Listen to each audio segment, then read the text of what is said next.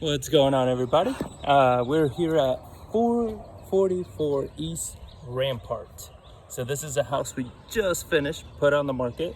Lucky for us, it's during coronavirus season, so we're gonna see how this goes. So far, we've actually gotten quite a bit amount of good showings and everything, so that hasn't slowed down.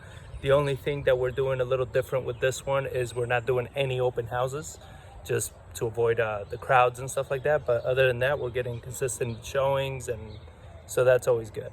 So I wanted to walk you through, show you the finished product. I have done some videos already about the process when we bought it and everything. So I want to show you what it looks like now that it's actually done.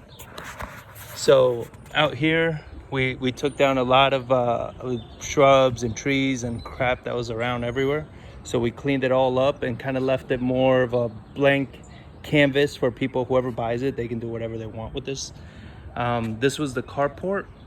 It originally had a little cover up here, and we just ripped it all off because it was hideous. And that was a breezeway, so that was a opening there going straight to the back, and that was the laundry. So we actually connected all of that to add more square footage to the house. So that definitely helps out in making it a much bigger house and more connected regarding all that. We tried a new kind of three-tone color scheme. So we have the white brick, a brown siding, and urbane bronze for trim. So we had so many different materials that we decided to go ahead and test that out. We think it looks nice. So here we go inside. So windows were already here when we bought the house. They had already updated the windows, which was great. And before, so if you go on our website, you're actually going to see the before pictures of all this. There was a wall right here separating this, and right, that wall back there actually opened up, and they had that as a all-in-one space, but it wasn't done correctly because that's a patio space, not a indoor space. So it didn't work. I mean, it literally tapered down to like 6 feet, if that, and it was pulling away from the house. It was just done poorly. So we went ahead, closed that up, put the French doors, opened this up. So now you have more of an open concept. And again, you'll see the before and after pictures. This house did not have an AC, so we ended up adding the AC closet here and a coat closet here. That way, you know, you have AC. We added this chase because the ceilings vaulted all the way to the top. So we added this so we can run the ductwork all the way out and split it into all the bedrooms. So as you can see, this is a quartz countertop that we got. Really good quality. Cabinets, we went with the 42-inch because we have such tall ceilings. These are soft close hinges on all the cabinet doors, so they're really nice. This is something new that we started doing, was kind of putting little signs everywhere showing people the features, because if the people just walk through and they don't try stuff, they don't realize that it's you know, that the hinges are soft close. So we're trying that out, see if that helps in any way. We did the two-tone first time we tried that. So we tried the two-tone, see how that's gonna work out. We got this little thing because just thought it was fun. So it changes colors as the water heats up and cools off. So that's, I don't know, just thought that was cool. So we went ahead and put that up there so people actually try it out, because if they don't try it out, they're not gonna know.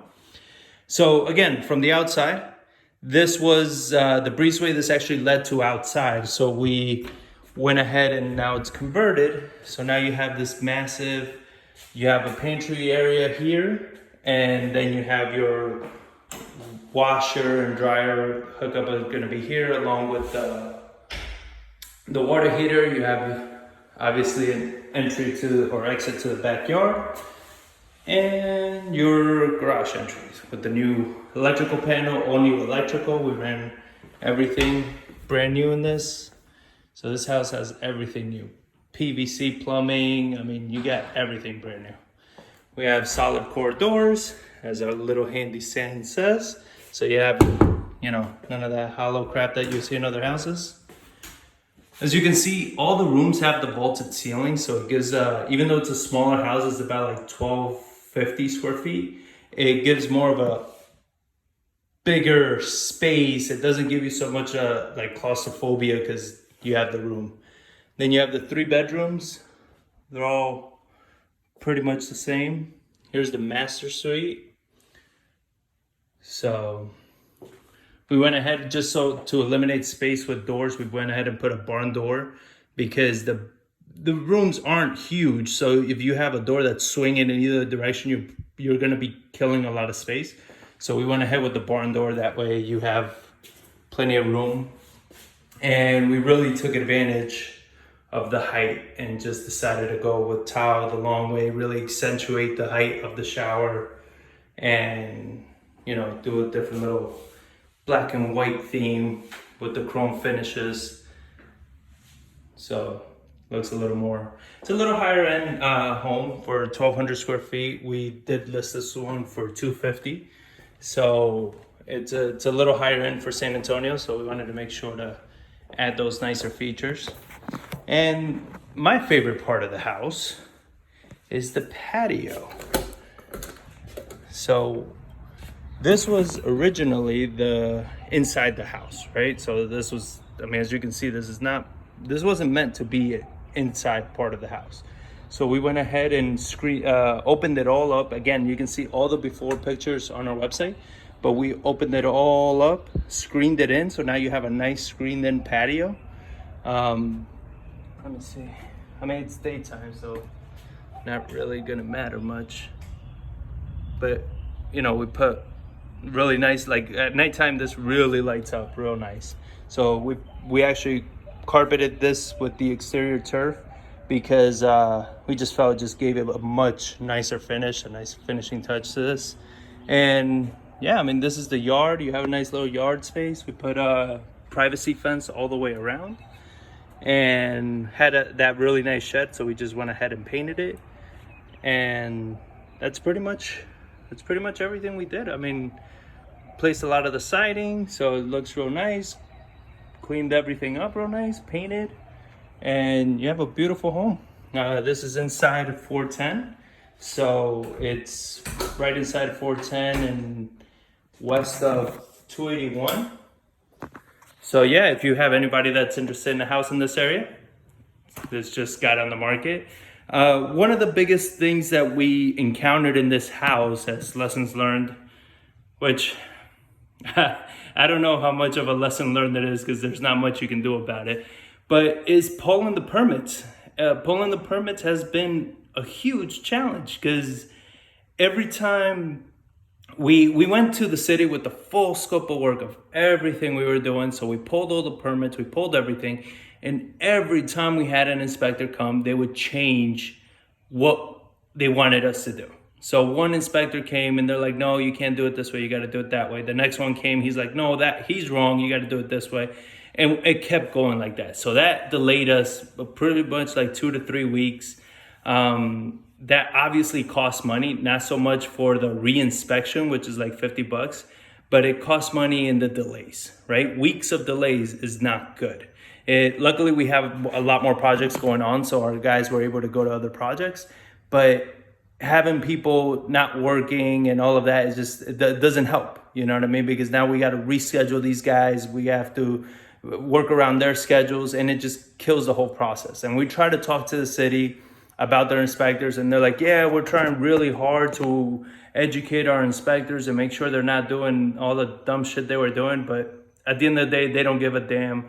And it's on us, right? So we did learn a lot about pretty much like what they want to see, how to limit the amount of crap they're gonna give you. So like outlets, we had an issue that we had the roofing and everything, and they did the roofing on the electrical inspection, but we didn't have that plug. I believe it was that plug right there.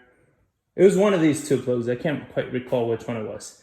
But it was the refrigerator or something. They're like, oh, we didn't know the refrigerator was going to be there and you need an extra plug. I'm like, but we told you the layout of the kitchen. We told you where everything was. They're like, well, I don't recall, so you need to put a plug. This was now, when everything is closed up and, you know, ready to go. That's when they decide, oh, you need to put a plug there. You know, so it's stuff like that that just pisses you off. But you know, it's in the way that we look at it, it's something that because of all those challenges, not many people are going to be able to do this, right? Not many people are going to be able to put up with all these changes, with all this nonsense from the inspectors, with all the changes of doing it correctly and everything. So it is kind of a competitive advantage if you push yourself to get educated on what it is the inspectors are looking for and what it is that the codes are going for, and trying to work with them and trying to make this stuff work, so then you do everything right. And what it will do is it's gonna stop so many people from cutting corners, which is what a lot of people are doing right now, especially when you go downtown to the more historic areas. We've seen renovations down there that are just horrendous, the amount of corners they've cut. So you know, I think it's a good thing that they're being as strict as they are. I just think it kind of sucks that the codes are open to interpretation on the inspector that's coming, and if they feel like it, you know, however they feel like acting that day, they will. So that's the one part that kind of sucks about this. But you know, it's a part of doing business, and if you want to be in this business, those are the challenges you're gonna be dealt with, and you have to be able to deal with them. So luckily we were used to it. We were able to handle it. And yeah, so this house is back on the market. We did spend about $90,000 renovating this house. So it was quite a bit of money. It was a big rehab just because it was a lot of structural stuff we had to do to it. I mean, it was foundation, electrical, AC, plumbing, removing the walls, expanding exterior. There was so much crap here that we had to get rid of. So I mean, it was a big project, and we did a lot of work to it. But we're happy with the outcome. Everybody that's been coming through, they love the work. They feel, you know, everybody says that this is one of the best renovations they've seen in the neighborhood. So that's always great. We're just waiting for that contract to come through. So see what happens. Keep you guys posted at what price we end up selling at and how it all works out. So just stay tuned. The next house I'll show you is going to be the one actually 2 blocks away that we're getting close to finishing up. And we're going to be putting that one on the market soon as well. So stay tuned, keep watching. And if you have any questions or anything, just always ask. We're always here to help. Thank you.